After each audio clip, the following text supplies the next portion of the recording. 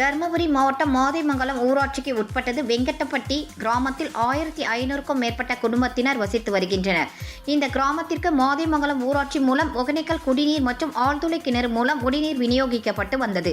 இந்நிலையில் கடந்த ஒரு மாத காலமாக ஒகேனக்கல் குடிநீர் நிறுத்தப்பட்ட நிலையில் ஆழ்துளை கிணறு மூலம் வழங்கப்பட்டு வந்த உப்பு தண்ணீரும் முறையாக விநியோகிக்கப்படவில்லை என்று கூறப்படுகிறது.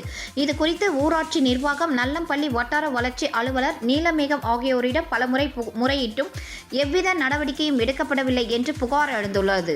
இந்நிலையில் இன்று காலை 200க்கும் மேற்பட்டோர் குடிநீர் கேட்டு தருமபுரி மிட்டா ரெட்டி அள்ளி நெடுஞ்சாலையில் மறியலில் ஈடுபட்டனர். 50க்கும் மேற்பட்ட கிராமங்களை இணைக்கும் முக்கிய சாலை என்பதால் போக்குவரத்து பெரிதும் பாதிக்கப்பட்டது.